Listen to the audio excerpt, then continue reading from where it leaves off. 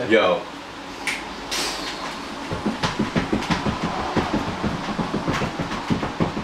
$100-meter dash, fam. No Condom podcast, fam. Man's not hot, fam.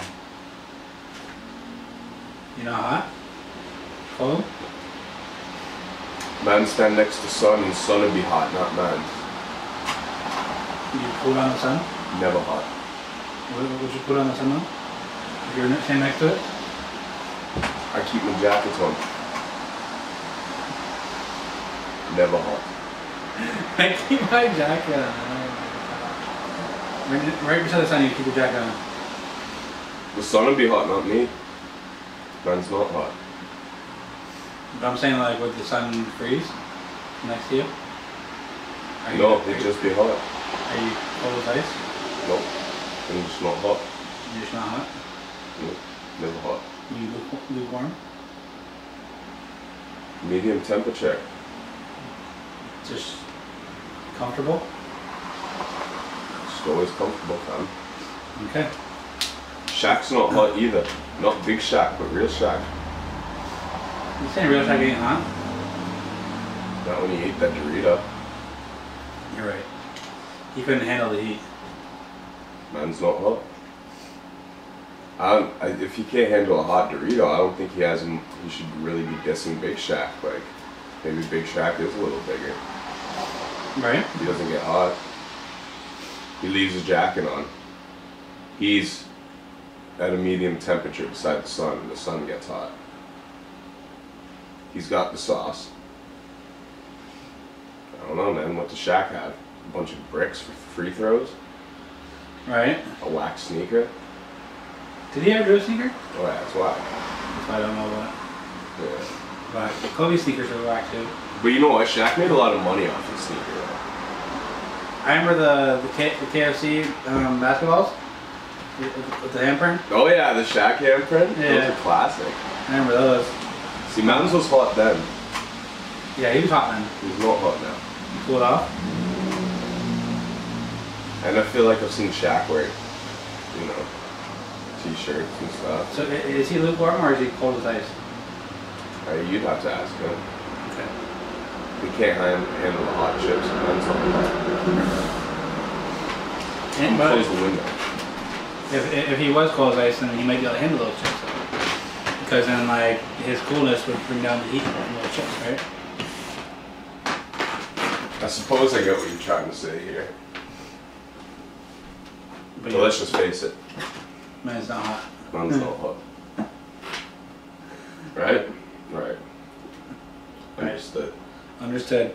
Okay. Yeah, what's with these women starting to act like men and men starting to act like women? Like, it's like fucked up nowadays, like this generation. Well, I see a lot of men acting like women, but I don't know if I see as many women acting like men. How do you mean that? Kind of like the mentality of like, They like that they can sleep around and like shit like that. yeah, it's like like when girls used to do that like back in the day, like it was like all the other girls looked at her like, oh, Like a hoe. like a hoe. Now there's so many hoes, like it's like normal. they're looking at the good girls like, yo, like you're boring, fam. Yeah, step your whole game up. Step your whole game up, like. But back like 10 years ago, it wasn't like that. Yeah, I agree.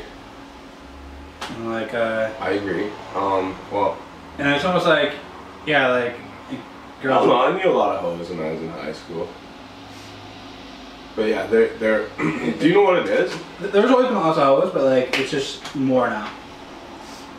Yeah, I think like hoe culture has been like. Whole culture has been put in the forefront, and I think it's like cool to be a hoe now. and like I think like even with the music has changed like a lot too. Like it's more accepted in the music. Like now, like more people are more. It's cool to be a fiend now. Like when like back in the day, it was cool to be a drug dealer, and now like I think like that culture has kind of helped the hoe culture, like. And help the men who act like women culture too. Exactly, right? Because like a lot of these like because like way back in the day, it was the man that made the money, the woman to stay home and do everything. Yeah. And nowadays there's a lot of people in relationships where the woman is out making the money And the guy's staying at home. and the guy's staying at home, not doing anything, just sitting there playing video games and. Yeah, and that's a laziness thing. Like that's like. Yeah. But it's like not even like they're not even like cooking the meals. Like they're not even doing what the women were doing back in the day. Like the women are going out to work and then coming home and cooking the meal too. Yeah. It's like the women have to do everything, and like for these fuckboys that don't want to do anything for themselves. Well, that's another thing too. As much as like being a hoe is more glamorized now, I feel like, being a fuckboy is too. Like, yeah, girls like fuckboys for some reason. Exactly. And I don't know if that what. I mean, I don't know what it is. Exactly. I don't even know how to properly define a fuckboy 100%, but I got like the bare minimums of right, like understanding it. And even like I remember like one time like I said like I was being like a waste man, and you're like, yo, you're the first waste man. But I think like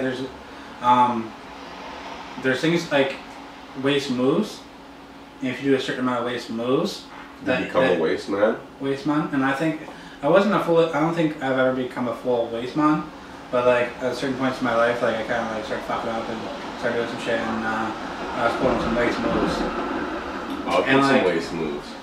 And like a waste man and a fuckboy is pretty much the same thing, right? So like these guys are like constantly, they're waking up making waste moves. The first thing they do is a waste move. Yeah, every day. Every day. Till the moment they go back to bed. Right, like actually like. Every time they just move their shoulder, that's a waste move. Like they're just wasting away. They might as well just get paid by the city to do garbage because right, they're already moving waste every step they take. But even think about that's making them less of a waste man because they're actually going out and doing things. That's true. That's true. So maybe we shouldn't call them waste man because like waste man aren't actually what we think about as waste man. Like the waste man that are on the back of the trucks, like they're out there working. Yeah, they're yeah. So maybe we need to change the term. Maybe we just get rid of that and say fuckboy. Cause like I respect somebody that gets on the back of the truck and does that shit all day. Like yeah, it's work, man. It's work. It's work, right? You gotta do what you gotta do. So I respect that. Yeah. So women, let's be women. Men, let's be men. Like. You know, let's It's just you're at a point today like where I don't know. It's social media, internet, all that stuff. Like that's what's raising these kids now. You know what I mean? Like we grew up in an era where the television still rated to us, but the television there was like a certain guideline of like morals and standards and stuff that it kind of instilled into you, right? And young people will probably watch this and be like, oh, look at these guys stuck in their old ways of thinking. But at the end of the day, man, like, nature is nature. And, like, men are produced as men and women are produced as women for a reason, you know what I mean? Like, and, like, that's going to get on a whole other topic, right. So we won't even go there. Once people get out of their teens and their 20s, when they get into their 30s, they'll realize, hey, like, maybe they'll realize. Some of them will, some of them won't. And yeah. I think, like, the people that are living in the waste, the fuck people lifestyle, a lot of them are gonna age like milk, and like I feel like the odd people that are actually trying to like do good in their life, they're gonna age like wine. I could agree with that. Cause like you just sit around and be a waste man all day and like fucking. It's not healthy. And like they're coming for the waste man right now. Yeah. Like fucking. Waste man up the street just lost his life to being waste. Yeah, so like the fucking sirens around fucking, or maybe they're just trying to like fucking chime in on the podcast, trying to like be like boom boom boom boom boom. Yeah, let us know their presence is here. Yeah, and let them know we're killing it. Yeah. That might have been it too. That's the fire alarms. Yeah. You know what I'm saying? I think more people are aging like milk, and less people are. That has to do a lot with society too, man. Aging like wine. Because like think about, we're in such a consumerist society. You got such heavy pollution. You got all this stuff. Everybody's eating GMO foods now. There's like hardly anything fucking regular or organic. Everything's, you know, And this we're coming up on generations of it now. And I think the last step of like the self-destruction of mankind really was the internet. Like, because with the internet, you really enabled the last generation, a good portion of our generations, and all the future generations to come to A, not read, B, like, kids like nowadays don't go, like, have you ever noticed that like playgrounds in the summer aren't half as populated as they used to be? No. Shit like that. Because kids are at home playing on iPads and shit like that. Yeah, like, video games. I remember, like, my parents be like, yo, go and play in the street. Like, yeah, like, you can play video games this evening. Go play. Go outside. You need sun. That's another thing. Vitamin D. People don't understand how important vitamin D is for you. Like, it's healthy to go out and get sun. You need it. I like giving vitamin D. But like, it's, I don't know. And I think that's another thing. That goes to both things. Like, this goes to the fuckboy generation, and it also goes to people who, like, the difference in aging too. Like, people from our generation are aging worse than our parents did. Yeah. But that goes to a lot of different things, you know what I mean? Whether it be a girl letting 150 guys run through her by the time she hits 28, whether it be fucking your choice of substances you use. Like, back in the day, you had crackheads. Yeah, like, a crackhead is very distinguished. Nowadays, you have so many different kinds of addicts that aren't even distinguished. You got fentanyl users, you got perks. And I even think, like, perk fiends, Oxycontin, you got fucking people who drink cough syrup, you got, like, you know what I mean? Like, they're even getting into the babies. Like, I noticed at work the other day, I deal with a lot of Pampers stuff. And the babies on the Pampers boxes, a lot of them look high as fuck. I don't know if, like, they're just drugging them up to, like, get good pictures on the Pampers things. The one baby, his pupils were, like, huge, like the whole size of their size. I was like, he looks like he's coked out. Like, they just injected him with some drugs so he'd fucking chill out while they take the other one, like, looked like he was crying too much. Yeah. Man, you know what? We just started a conspiracy. Right. Yeah. Look at the box of Huggies and Pampers next time you buy diapers. Right. Exactly. Maybe we should start a change.com petition. And, like, not competition, change.com petition. And I find, like, gold diggers used to be a thing for, like, for hoes. I think girls are just hoeing to be home nowadays. They're not even, like, some of them are gold digging, but, like, I don't think gold digging is as much of a thing as it once was. Because these girls are just, like, they just want dick, like. Well, you know what? It's like the rapper thing, man. Everybody raps now for popularity, not to actually rap for the art of rapping, like to be a good rapper, and not to, like, make even a career off of it. They're not even on their money and shit like that. When you see fuckboy with the red braids, Lil Yachty, Lil Boat. He didn't even know that if he was in a 360 deal or not. Yeah, and, like, that's the thing with the rap game too, man. Fucking 360 deals. Yeah, let's talk about 360 deals. Like, I got a good theory on them, but, like, I'm gonna you start off. Like, what do you think about 360 deals? Well, I think it's basically, I think 360 deals are even a thing right now because, like we were talking about, rap is a popularity contest right now. So dudes just want to have that next thing that they can gravitate to and be like, something to brag about, basically. So I signed a deal. They don't even read the contract. They're like, hey, fucking sign their life on a piece of paper. And now next thing you know, every single thing you do, the record label's taking a cut from. Yeah. It's like back in the days, like, deals were, you hear about rappers 15 years ago complaining about deals. Yeah. But, like, at least they got their touring money. They got their, like, you know what I mean? Like, there was things they did. Outside the actual music, they could actually make their money otherwise. And now that the music's not making enough money, the labels want to grab at everything, which is fucked up. It's like, if you build a brand for 10 years, 5 years, 2 years, however long, you've built your own brand, and then you go sign to a label, why the fuck are you going to let them take a percentage of everything you do? Especially when these labels aren't working half as hard as they used to. Like, You used to have A&Rs, you had artist development, you had, you know what I mean? Nowadays you don't get that. They just literally sign people. Like, if the Catch Me Outside girl, Bad Bobby or whatever she calls herself, can get a fucking multi-million-dollar deal with Atlantic, it goes to show what rap has turned to, you know what I mean? It's like the new disco. It's the... Exactly. It's a popularity contest, and that's exactly what it is. They're gonna sign people with likes and stuff because to them, that's as sad as it is to say in the world of the internet and memes, that is a brand. So they built a brand. Yeah. They didn't build it the authentic way by being a good artist and paying their dues, but they built a brand off some nonsense, and the labels gravitate to that. So even those people, those are the type of people who deserve to be in a 360 deal.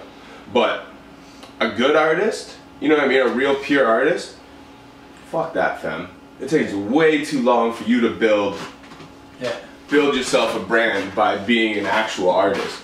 To let these record labels come put their hands in your pockets, and they don't even do their job anymore. Like back in the day, they used to at least give you funding. They used to at least like, now you get like an advance when you sign to the label, and like that's it. They're not like tossing you money for your records, and because everyone can record in a fucking basement studio now, so they don't have to give you money for studio time. They don't have like, so the idea of the 360 deal is just absolutely bonkers to me, and the fact that people actually sign these things.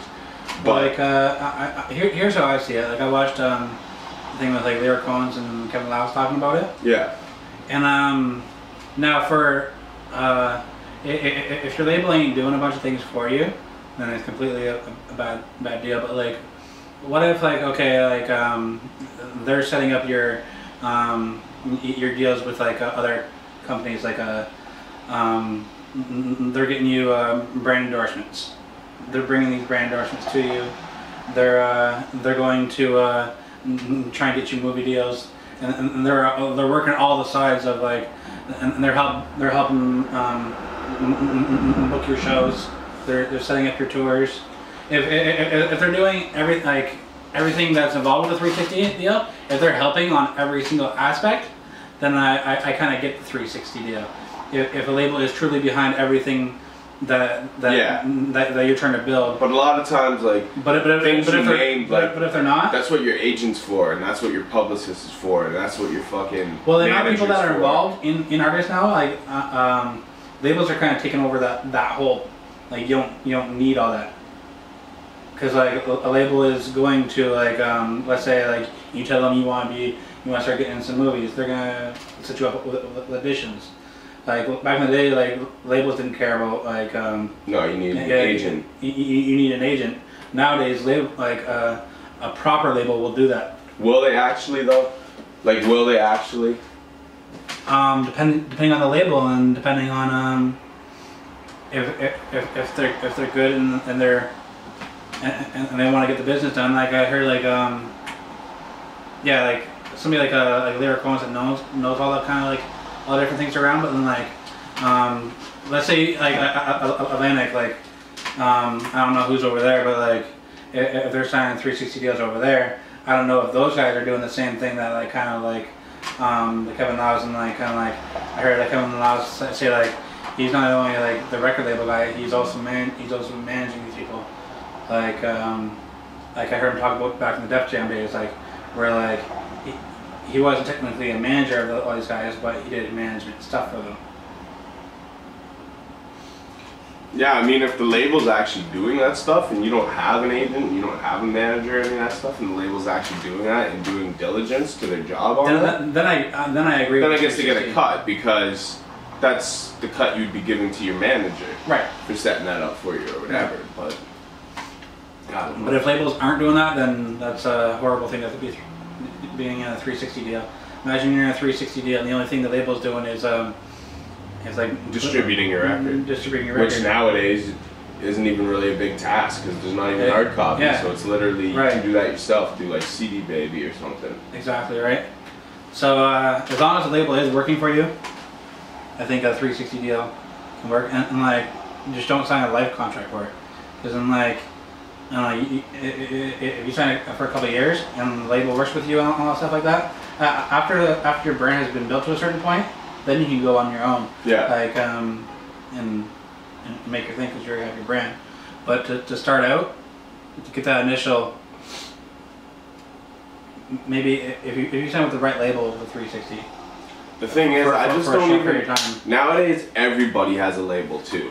Like every independent artist releases their music under their own quote-unquote label, and like I don't even see the brand of building a label anymore. Like when we were coming up, labels, like it was cool to have your own label, you know what I mean? Like every rapper had kind of their own label or their boys label, like you had your Murder Inc., your Rough Riders, your Rockefellers, your Shady Records, you had fucking, even like every artist you knew basically was like under an umbrella of a different label, but they had their own label, you know what I mean? And even Scarface was on Def Jam South. It's like they literally opened a label for him to release fucking The Fix on. Yeah. And then nothing else really ever happened with him. Ludacris. Oh yeah, he was Def Jam South. Yeah, they had like a couple things, but like Scarface signed Ludacris too. To it? Yeah. Scarface signed Luda. Yeah. That was a good look. Yeah. They never collabed though, did they? Oh yeah, Scarface did the one DTP song or something. Did he was on one of their songs. Okay, I feel like. I don't remember that, but yeah, Scarface and Luda are dope. Scarface is ill, man. Those two would have made some dope music together if they would have worked together more. Yeah, I didn't mean maybe they did. Yeah, this might be considered a hot take to some, but I think Scarface is the best rapper out of the South. I think Scarface is definitely he's my favorite Southern rapper. Yeah, my favorite. I don't know if I'd call him the best per se, but he's my favorite. Yeah, he's my favorite. Ludacris is ill, man. I don't think Ludacris gets the props he deserves because he did that transfer to from rapping to acting, and then once a lot of people do that, they kind of his music got affected. Like I found like he did that one album where he was kind of trying to almost be like boom bap, and it wasn't. I didn't really think that was him. It was Theater of the Mind or whatever like that. Where like he was trying to go like a traditional hip hop way. Yeah. Which his original stuff was kind of like different from that. I think like it was more of like I don't know what he was doing there, but like I liked it. I thought it was good, but it wasn't. It wasn't Luda. It wasn't Luda. Yeah, because Luda's always been animated, and he's always been kind of on top. He was very less animated on that album. Yeah, I would agree with that. And the Primo track he did was kind of bland. Yeah. Like I still liked it. I'm the MVP. I'm stupid with this rap shit. But like the bars were kind of lazy on it. Yeah. And yeah, the whole project I felt like Luda could have came harder. But I liked the idea. I just didn't feel like it was him. I agree. I liked when he put that out though. Like I liked the direction he took, but I agree. Like it's not really his his thing. So but Luda gets slept on all in all. Like he's a dope MC. He's got good, amazing charisma on the mic. He's hilarious. Like you know what I mean. He's funny and he puts that through in his lyrics.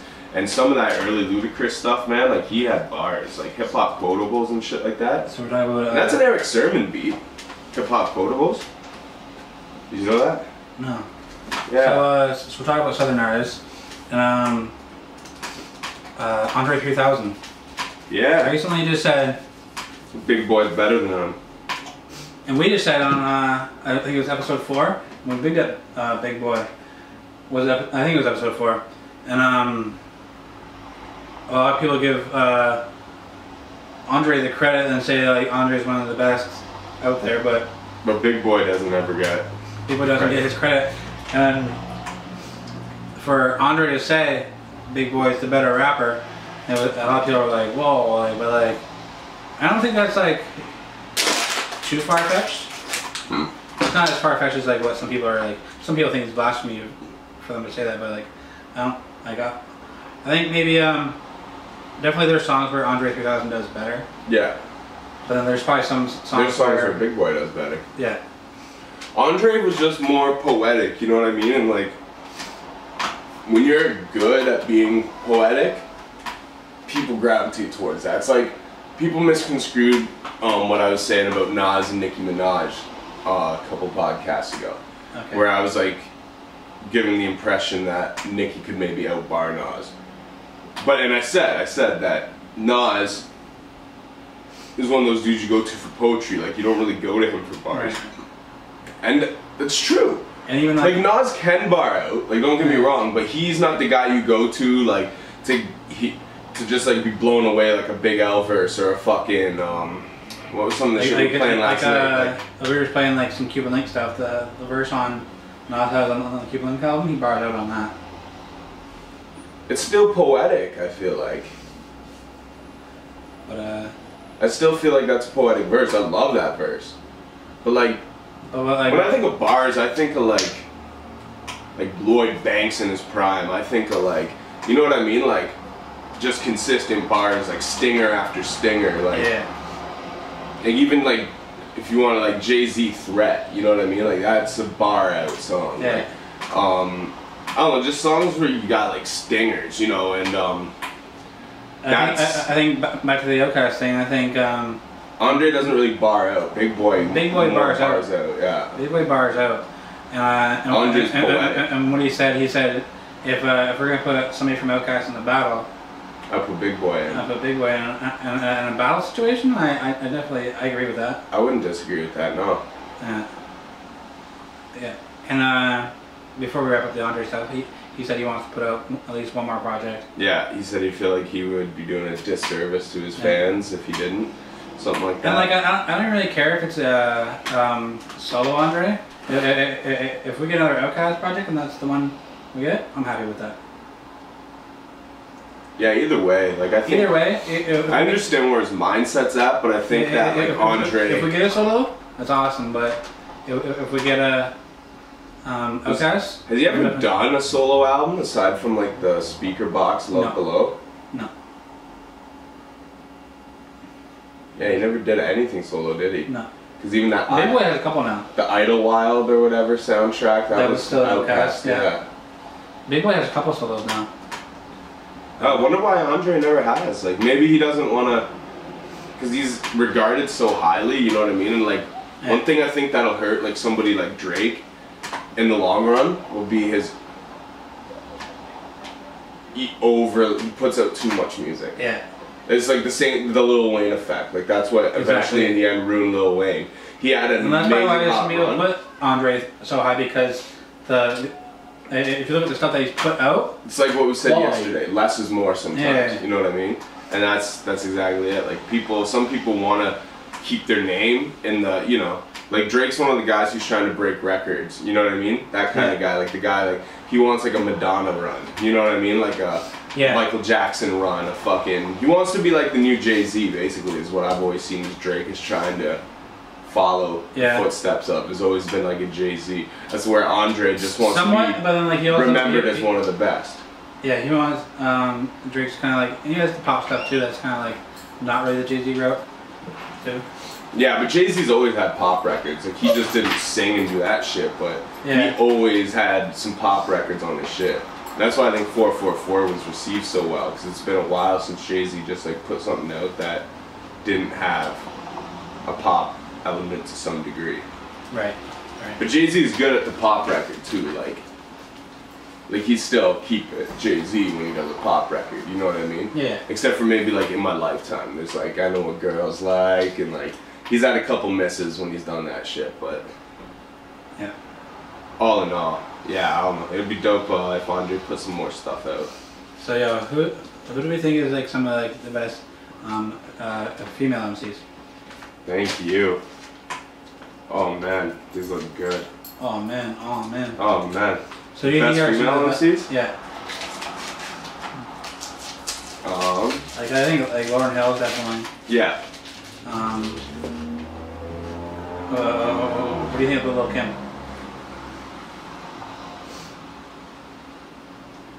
You know, like he was writing some of her early stuff. When you go back and listen to Kim, I don't know, it's almost blasphemous to say, but she wasn't that great. The hardcore album was pretty good. I liked it. She's good. I wouldn't say it's like an amazing album. Like some people call it a classic. I'd call it a good album. Mm-hmm. Like I wouldn't call it a classic, but I'd call it a good album. Hardcore. Like I like Foxy. Yeah. I think Kim was better than Foxy. I don't know if Foxy writes her own shit or not. Kim obviously doesn't or hasn't. But if Foxy writes her own shit, then I would have to say she's better than Kim, obviously. But, don't get me wrong, like, Kim is dope. So, like, where do you rank Remy Ma? Do you like Remy Ma? I think Remy Ma is probably like one of Best female MCs. top 3, probably. Yeah. Especially like Any Up and like fucking Lean Back and Lifestyle remix. She's killing shit. And even like Even the Nicki diss. The Nicki diss was hard. All the way up. Yeah. Definitely. And like I'm actually kind of like excited to hear this new project. She's dropping soon. When I brought female MCs is because her and Kim just did a joint. Well, like a lot of, it looks like we're gonna get a lot of female MCs for first quarter for their albums because like Remy's gearing up to drop one. Cardi B. Cardi B, when's hers drop? Next year? Yeah. First quarter? First quarter. And then Nicki Minaj announced a tour for like the second quarter or whatever like that. But so that means she's got an album coming. Yeah, she's not gonna just go on tour for her old stuff. No. So I feel we're gonna get a new Nicki album soon. So it'd be kind of exciting to see the different feel like quite a few female MCs all at once. And like how do you feel that's gonna affect sales? Like, does hip hop? Is it because there's always been so few amount of females in hip hop that it always feels like there's only space for like one? Or do you think that's hip hop? Like the fans. Do you think there's really only space for one female, or do you think they'll all, or do you think it's the year of the female? Like, do you think maybe female MCs might become the next thing? It might be. It is looking that way actually, and the same thing we were talking about earlier in the podcast. How like a lot of females are starting to act like men and things are changing around. Next year, you're right. Actually, it might be the turn of more female MCs. Because we've been hearing dudes rap. Yeah. For what? 40 years now. And like I think like Remy can like hold her own and like against dudes. I even think some people might think I'm crazy, but the All the Way Up remix with Jay-Z, I think Remy had the best verse on there. Remy went hard on that.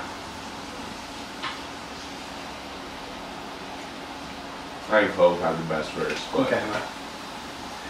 I like the song overall. I think everybody went in. I think even Remy and Joe's verses were better than the original on that because they're probably like, oh, we're doing a track with Hope. Like, I think their verses were better on the remix than the original. That being said, well, before I move on. Yeah, I think people might finally be starting to get bored of hearing guys rap.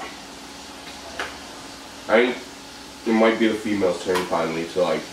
As far as like Cardi B, like a lot of people, Bodak Yellow went #1 and stuff like that. I wasn't really a big fan of that one. There was another like right before that. There was another one where I can't remember the name of the song, but she was all like dressed in like red in the one video, and she was rapping like hard. It wasn't like. I don't think it really did much, but like when I first started checking out Cardi B, I was like, oh shit, this song's hard. But then like Bodak Yellow came out, and I'm not really a big fan of that, but like I hope this. It's one of those songs that got overkilled, but actually I can't fuck with Bodak Yellow. It's pretty dope actually. But like I've heard her rap. I've heard her rap and stuff that I like. So I'm not just saying okay, I like Cardi. I'm just not a big fan of that song. But I hope I hear some of the other stuff that I heard previously when the album drops. Yeah. I hope it's not all just kind of like the Bodak Yellow kind of style. I hope she yeah, hopefully she keeps it fresh. Like, we don't want to hear an album full of Bodak Yellow wannabes. Yeah. We want a project, you know what I mean? Yeah. Especially when people have been waiting this long for it too now. Yeah. So but one thing I was gonna say though is with remixes, talking about the Hope and All the Way Up and all that. I hate when people, I don't hate, but I really like when people do a remix and they do new verses on it. It's far too often you get a remix and it's basically just the original song with a new verse thrown on it by somebody else. Yeah. I like when people do new verses as well. I don't know if I like so much when they do a new beat, unless it's like the same sample but twisted differently. Like sometimes Cream will do that and like shit like that, but I don't like when they switch the beat completely for the remix. Unless it's like the same song, just a new beat type remix. You know what I mean? Like a producer remix. Yeah. But when it's like, when you got new verses and shit on it, I like it. You like keep the original beat. Yeah. Or the same sample. Similar to that beat, like have some of the same. Yeah, I agree with that. And talking about remixes, I even tweeted Fab. He has the Flip Mode song, which I like. I'm not sure if you've heard it yet. I haven't heard that yet. There's a video up for it. I think it's dope. And it's like Busta, and like he's saying that, and like so it's very set up for Busta Rhymes remix. Busta needs to get on that remix. And like, because Busta's the king of the remix himself. I was just about to say like I'm trying to think about it. Busta might be the best remix guy. Like Puff Daddy might claim that they invented the remix, but Busta Rhymes sure fucking from Flavor in Your Ear took that format and made it his own. So who do we got like top people that do remixes? So we got Busta Rhymes. Busta's always got dope remixes for his joints. Remember even with Touch It, how many remixes did he do? Yeah. And like all these different versions. Hemming on other people's remixes and stuff like that. Yeah. The Don't Touch Me. Don't touch me, you might burn yourself. Oh yeah. You gotta hide a little water on him. Here we go. Yeah, like everyone on that Big Daddy Kane. So like. Yeah, I'm sick with it, but I'm not contagious. Nas was on that. I can't. Game was on that. I can't think of anybody that kind of like comes up to like a Puffy or a Buster. Like I think Buster is above Puffy on the remix king thing, but like if Buster's there, is Puffy number 2? Puffy, because whether it's a Puffy song or a Bad Boy song or someone else's song, like Welcome to Atlanta remix or like Puffy. Yeah. That's a dope remix. I like that. That's a good remix. Like Snoop killed that. Yeah. I think Snoop. They all killed him, man. Murphy Lee killed that. Yeah. I was like the water boy. Now they're saying you can do it. I'm Baby Huey, one of the best in the Louis. Smoke Louis, dressed in Louis. Oh man. Yeah, that song is fun. But yeah, like Puffy's well known for the remix, and I mean even Busta like blew up from. Well, I mean, you had Scenario, but the Flavor in Your Ear remix. Jermaine Dupri did quite a few remixes. Yeah, if you want to... He might be number 3. I'm trying to think, like... I don't know, like, I think like that's like a good, like, Busta... I think Puffy's above Jermaine Dupri as far as the remix. I'm surprised Jay-Z hasn't... Jay-Z hops on a lot of remixes, but doesn't ever remix his own songs. Right. You ever notice that? You ever hear the Hell Yeah remix on Dead Prize? Jay-Z's on it, isn't he? Yeah. Yeah. He kills that shit, like, Jay-Z fucking... He's always... Because Jay-Z's the type of dude that hits you up and he's like, yo, I like your track, let me do a verse for it, for a remix, and people be like, alright. I never really thought of Jay-Z as a remix guy, but like, he does hop on other people's, but he doesn't do his own. No. That's the thing, like, he never remixes his own songs, though, like... So where do we put Jay-Z? Do we put him in the remix? Is he above, I'm trying to think, like, all the joints, like, he's been on some hard remixes. So, I might correct myself and put him maybe above Jermaine Dupri, as far as the remix. Yeah. Because I didn't really think about it because he doesn't remix his own, but yeah. I wonder why that is, though. Like, everybody else lets Jay-Z get on their song, but why doesn't Jay-Z let nobody get on his song? Right. You know what I'm saying? Like, yeah. I can't think of a Jay-Z song that has a remix now. There's Can't Knock the Hustle, and there's a remix. That was his first album. Yeah. I don't even know if it's a remix or it's a part 2. But they're both Jay-Z songs. It's not like he like put other dudes on it. Part 1, part 2 of Dead Praise. Like Jay-Z's been on remixes since day one, like Holla Holla Ja Rule. My Mind Right remix, the Meth Bleak, that track's hard. That's harder than the original. The The Juvenile, yeah. Juvenile, yeah. Fucking everything up to like Rick Ross hustling, to fucking even all the way up this year, like Jay-Z, and that's like kind of like the Drake thing too, like Drake will hop on. So are we looking at that as our top 3 remix guys? Busta, Puff, and Jay? Yeah, it might be. I'm trying to think of who else does a lot of remixes. Like, I mean, back in the day, everybody did remixes, but they're like producer remixes, or like extended mixes, or like the producer in the group, when you actually had a group producer, would like remix the beat or something. But as far as like actual like posse remixes, like getting new dudes on the song and making something fresh, like, I'm trying to think, man, who else really, like, you Busta, Puffy, and Jay-Z for being the feature on remixes. They're like the 3 biggest I can think of. Like they do the heaviest amounts of remixes.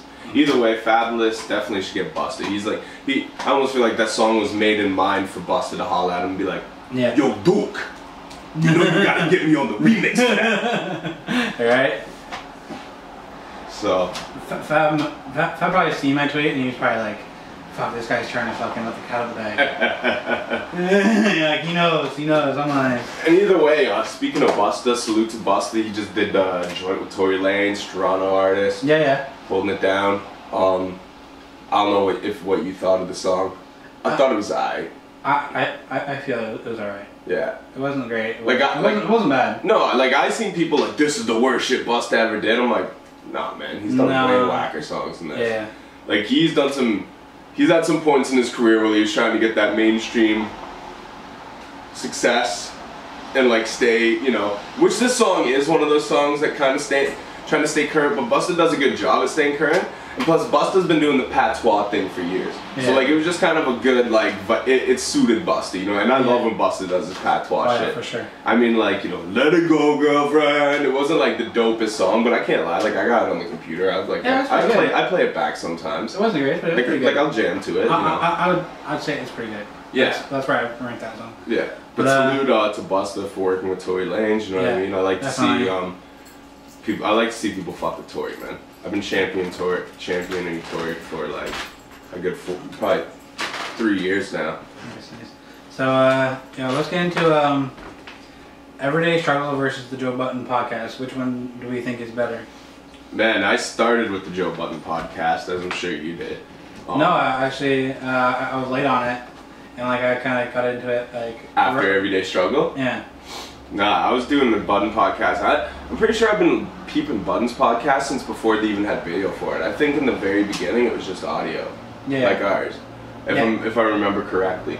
But yeah, I've been peeping the Budden podcast pretty much since the Drake beef. I think that might have been where I heard about his podcast. Okay. When he first went off on Drake, because he did it on his podcast. And I think that made me go back and listen to what he said or something, and then next thing you know, it's just one of those YouTube things. You see one thing, you watch another, you see this, and then next thing you know, I was watching it. And yeah, and then that was the time too where you had a few different podcasts coming out and kind of competing. Like Taxstone had his podcast. There was like a void in the podcast world, you know what I mean? Yeah. Like Vlad has his pocket, and he has his pocket. He's not competing with podcasts because he does direct interviews. It's not, you know what I mean? So like there was like, I feel like a vacuum there that needed to be filled. Well, because like him or like the Breakfast Club, right? Like even though they're a radio show, it's not a podcast, so they have their own pocket. Like they're two things that whether, like similar type shows though, where it's like the same content talking about, but it's like it's different. Yeah, exactly. You know what I mean? So I feel like there was a vacuum where a podcast like that type of show is needed, you know what I mean? And Drink Champs came, the Budden podcast came, Taxstone came. Unfortunately, Taxstone went away, but you had all these kind of people. I like the Taxstone podcast. I like Taxstone, but to be honest, I wasn't huge on this podcast. Like I didn't really check out a lot of it, but like the ones I did watch, I was like, okay, I like this.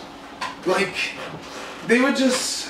Like when he had like Uncle Murda and stuff on the show, like they literally were just like sitting there like smoking weed and like laughing at shit for like 2 hours, and like he couldn't even like, and he didn't really videotape his podcast either, so it was all audio, And sometimes you're just like, what am I even listening to? You know what I mean? Like, I'm lost. Like, I don't know what, like, they've been like laughing for 20 minutes and I didn't better to catch watch the a video. joke. It's definitely better, like, you catch more in the video, you see how the people But I mean, react. podcast, he did do some good shit too, but like, even like, people really championed his Meek Mill interview and his Beanie Siegel interview, and like, they were good interviews because like, he got information out of them at a crucial point.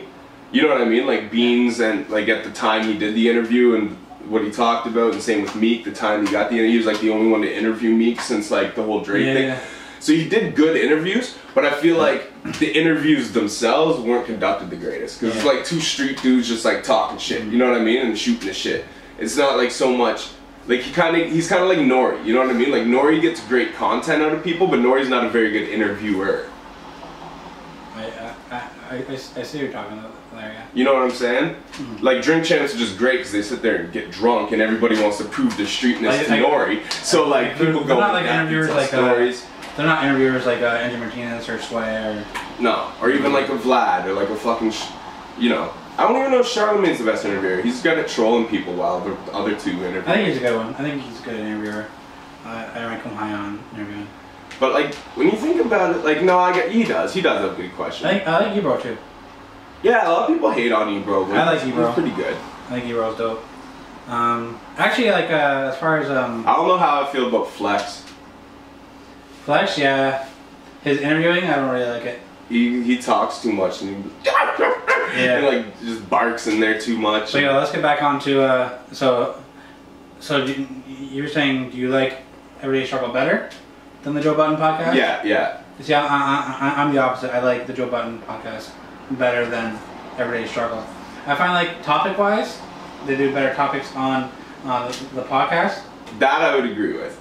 Yeah. Like, they talk about the same shit a lot on Everyday Struggle. Yeah. And I like the contrast, the debate. Like, Nadeska's there just to, like, basically be a mediator.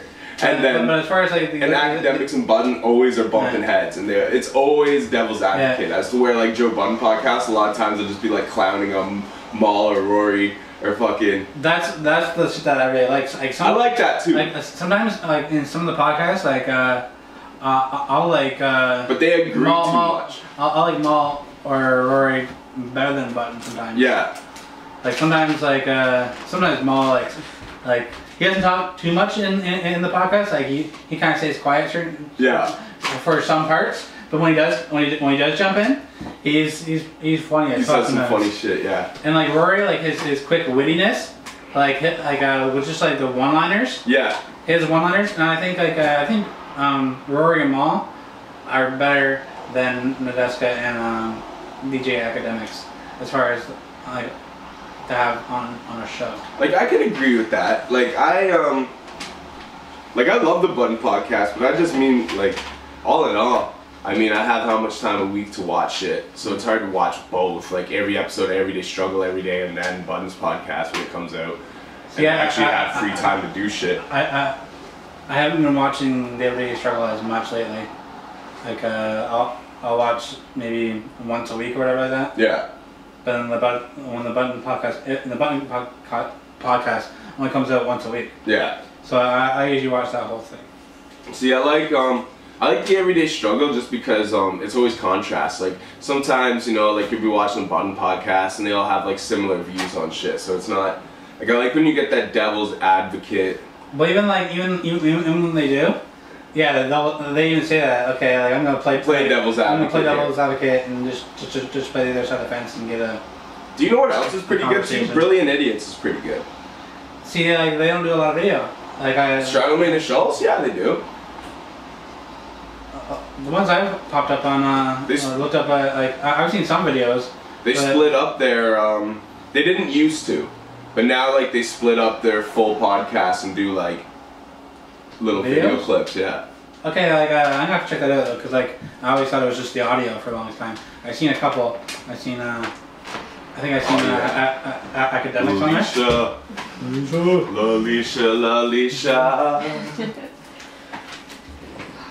Yeah. So we agree to disagree. I think the Budden podcast is better. You think Everyday Struggle is better? I don't even know if I think it's better. I just enjoy it more. Like, I watch it more. Okay. I don't know, man. it's entertaining. You know what I mean? It's entertaining. Well, they put out 5 episodes a week, and the Button podcast is only 1. And so. Button goes off on there, like they'll be talking some shit about something, and Button like he gets heated, man. I love fucking Button, man. People hate on him. But like I said, sometimes I like Rory and Mal better. No, I agree. I love Rory and Mal. They're awesome. Yeah, they make the Button podcast. For sure. It's just like Button makes Everyday Struggle, because like academics is like... Yeah, maybe that's why, because like I'm not really too big on academics. Neither am I, but like... Some of the things, when he talks, I'm just like, nah. Because he represents the new generation, that's where Button represents the old school. Yeah. So that's why it's awesome, because they clash, you know what I mean? They always have different... Some of the classes are great. Some of the classes are great, especially when like you see like but they fuck with each other, you know what I mean? When academics is talking, and you see like they just have the camera on Joe, and he's just like...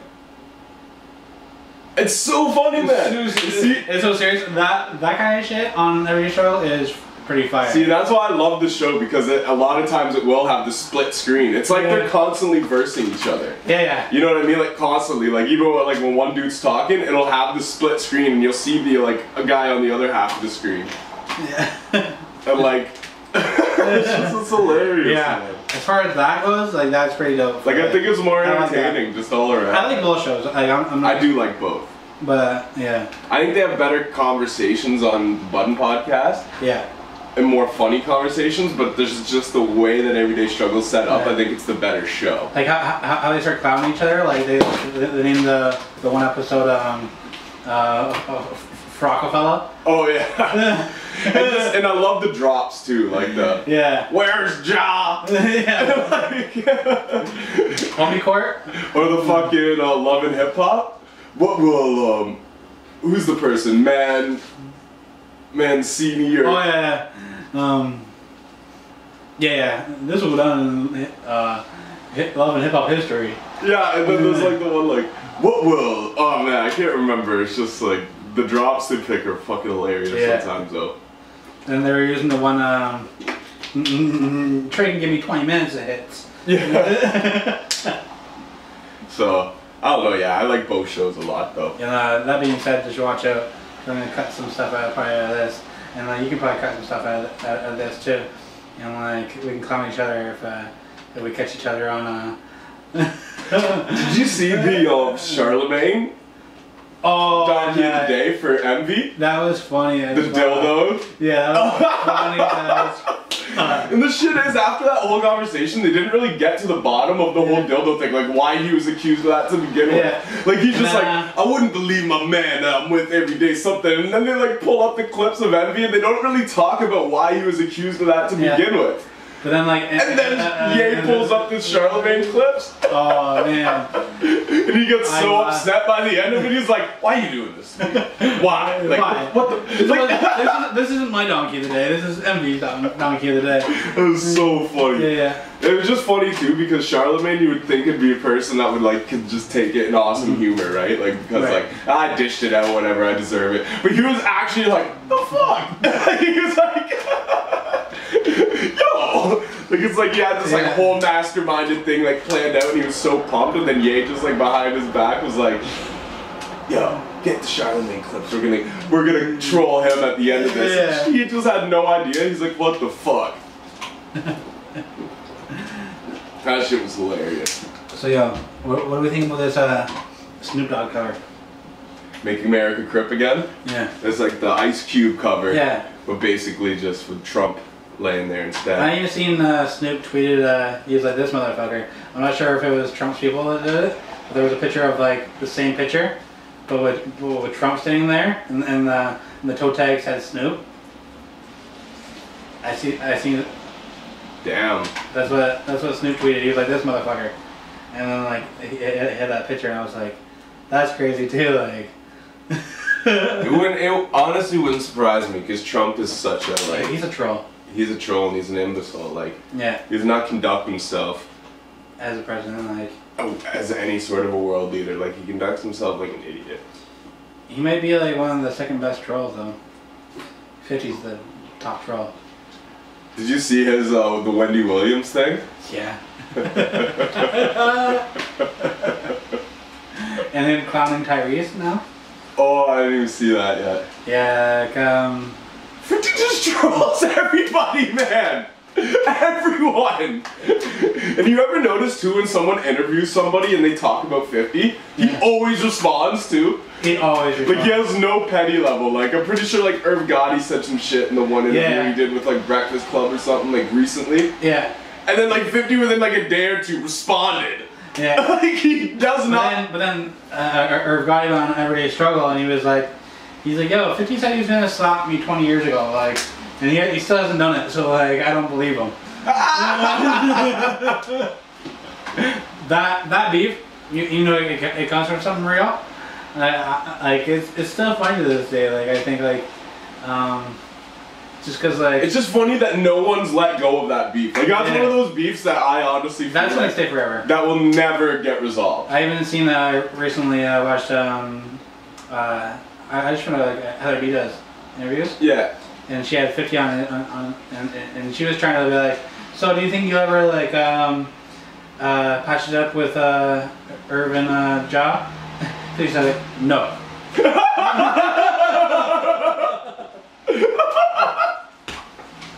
Straight up, no. Like he said so convincingly, like, no. 50 has no petty game.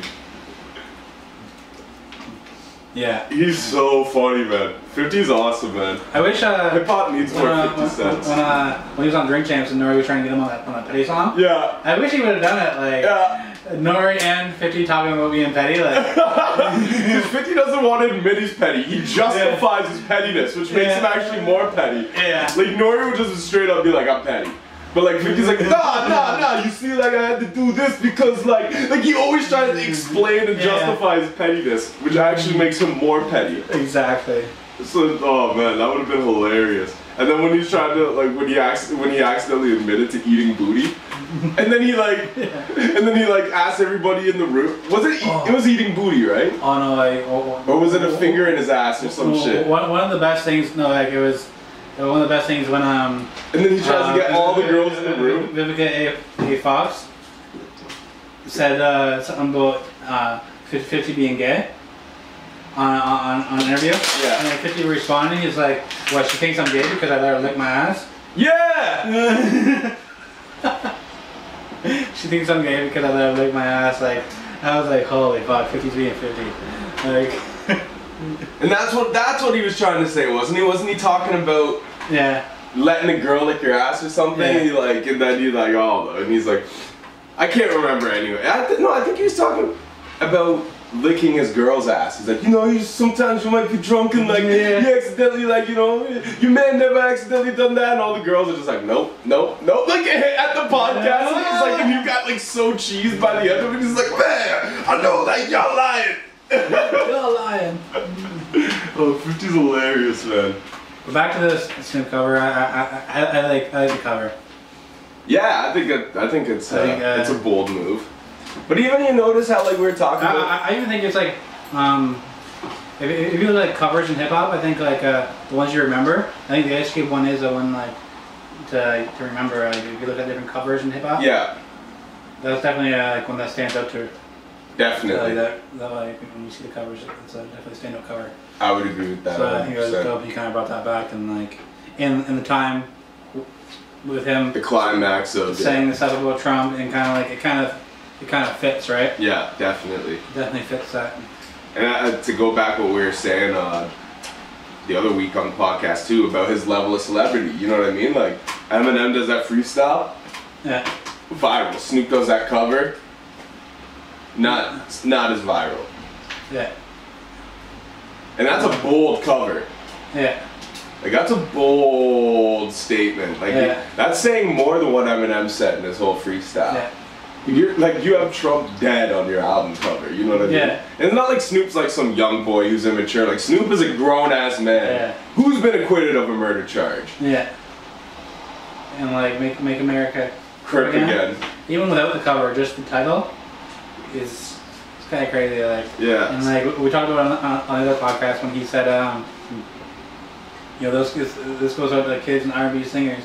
Don't be crip off. You're gonna be ready to gangbang. Yeah. Like Snoop sometimes is like a little like people forget how like street and how like vulgar he kind of is. You know what I mean? Yeah. Like, Snoop's kind of like, cause he's done.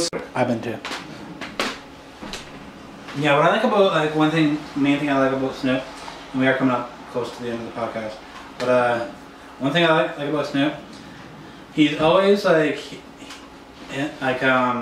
whatever he wants to do, he just does it the way he wants to do it. Like he doesn't care if like he does some things and people think he's soft, or he does some things and like people think he's too hard.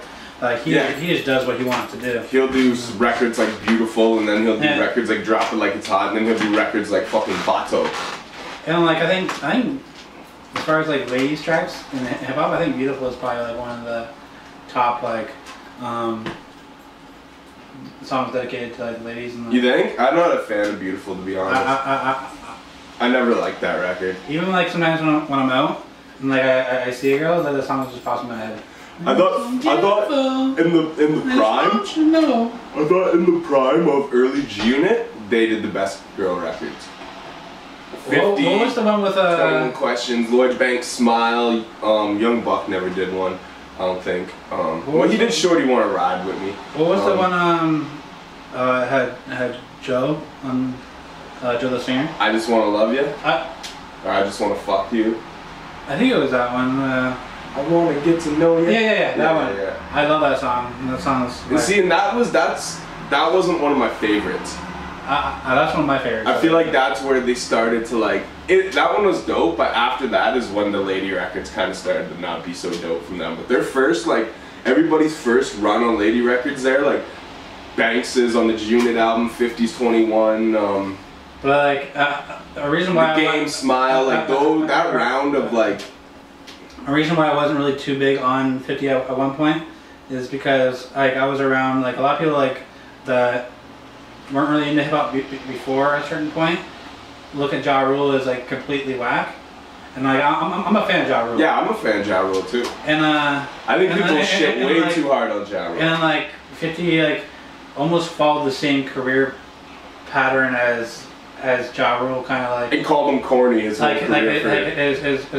Because like Ja's first record was more of a hard street record, and then he went to the ladies. And then on the second 51, he starts with Candy Shop. Yeah. As soon as I heard Candy Shop, I was like, oh, he's doing the same pattern as what Ja Rule did. And honestly, and like he dissed Ja Rule for this, and then followed. I know. And it followed. So like I was kind of like I thought he was super. I wasn't really rocking with 50 at that point. I wasn't either, to be honest. To be honest. I didn't even like the Massacre album until maybe 4 or 5 years ago. I went and actually bought it because at that point when it came out, I was so disappointed with the singles he put out for it that I didn't even go buy it. I don't think I've ever really actually gone back and like took that album. It's actually a good album. It's like 20 songs. You got the Out of Control remix, but aside from that, you got dope joints. I like that one. A Baltimore Love Thing. Baltimore Love Thing. Whole song is about like from being the perspective of heroin. He's got that inspired my Love Is the Drug song. Okay. He's got like, man, like there's some records on there. Ski Mask Way, fucking In My Hood. Yeah, check that out. There's the one Buck Wild beat on there near the end of the album. I can't remember what it's called, but it's actually a good album. But the singles he chose represent the album poorly. Yeah. Because people like 50 for being hard, and like I think he felt like he had to do girl records to like get on the radio and be huge, but really he needed to put something out for his core audience as well. And the difference is too, like In the Club was his big record off the first album that drew people in. On the second album, like, you should add another club record. Like, Out of Control should have been the first single with Mobb Deep, the remix. Yeah. Not fucking Candy Shop. You know what I mean? You could have done Candy Shop as like a third single. You know what I mean? I actually didn't like that song. I hated that song. I'm be completely honest. Yeah. Nothing about it. The beat, even like Dre and Scott Storch, I feel like fumbled on that one. Yeah. I mean, like 50, that song was horrible. Like, yeah, I didn't like that song. It's just whack. But yeah, let's wrap this up. But we're not gonna wrap it up because it is the No Condom podcast. We'll give it to you raw. Fucking, yo, you ain't showing your dick. I'm showing my dick.